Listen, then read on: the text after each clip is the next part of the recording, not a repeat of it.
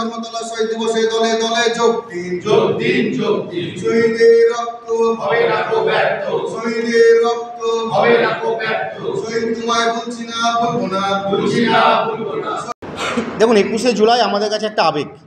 আমরা প্রত্যেক বছর মাননীয় মুখ্যমন্ত্রী মমতা বন্দ্যোপাধ্যায়ের নেতৃত্বে এবং অভিষেক বন্দ্যোপাধ্যায়ের সেনাপতিত্বে কলকাতার ধর্মতলায় হাজার হাজার মানুষের সাথে বাংলার প্রত্যেকটা বুথের, প্রত্যেকটা প্রান্তের, প্রত্যেকটা গ্রামের সাধারণ মানুষের সাথে মুর্শিদাবাদ জেলা বহরমপুরের সাংগঠনিক জেলার তৃণমূল ছাত্র পরিষদের সভাপতির নেতৃত্বে, সানশাইনের নেতৃত্বে আমরা ধর্মতলায় যাব। এবং 21শে জুলাই আমাদের কাছে আবেগ, কারণ 21শে জুলাইয়ের ইতিহাস প্রত্যেকেই ইতিমধ্যে জানেন যে 1993 সালে নো আইডেন্টি নো ভোটের অধিকার অর্জনের জন্য মমতা বন্দ্যোপাধ্যায়ের নেতৃত্বে মিছিলে থাকা অবস্থায় 13 জন তরতাজা যুবককে তৎকালীন বামফ্রন্ট সরকার গুলি করে প্রাণে মারে।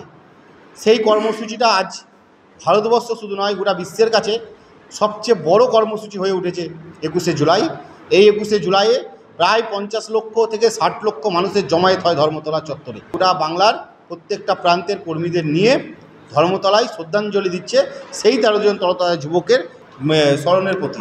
তাই আমরা এই 21শে জুলাই আমাদের কাছে আবেগ। এবছর আমরা তৃণমূল ছাত্র পরিষদ বহরমপুর পাট থেকে প্রায় 25 থেকে 30 হাজার ছাত্রছাত্রী নিয়ে কলকাতার উদ্দেশ্যে যাওয়ার জন্য আমরা প্রস্তুতি নিচ্ছি। ইতিমধ্যে সেইভাবে সাংগঠনিকভাবে বিভিন্ন কলেজ, বিভিন্ন ব্লক ধরে ধরে আমাদের কর্মসূচি শুরু করেছি। বিভিন্ন ব্লক ধরে ধরে, যেমন আজকে বহরমপুর কলেজেও আমরা এই কর্মসূচি পালন করলাম। ইউনিট প্রেসিডেন্ট ভাই সোনুর নেতৃত্বে, রানারা আছে বহরমপুর টাউনে, তাদের নেতৃত্বে, ভাই সানশাইনের নেতৃত্বে আগামী দিন বহরমপুর মুর্শিদাবাদ জেলা 25 থেকে 30 হাজার ছাত্রছাত্রী নিয়ে কলকাতায় ধর্মতলায় আমরা জমায়েত হব। বাংলা টুডে নাও।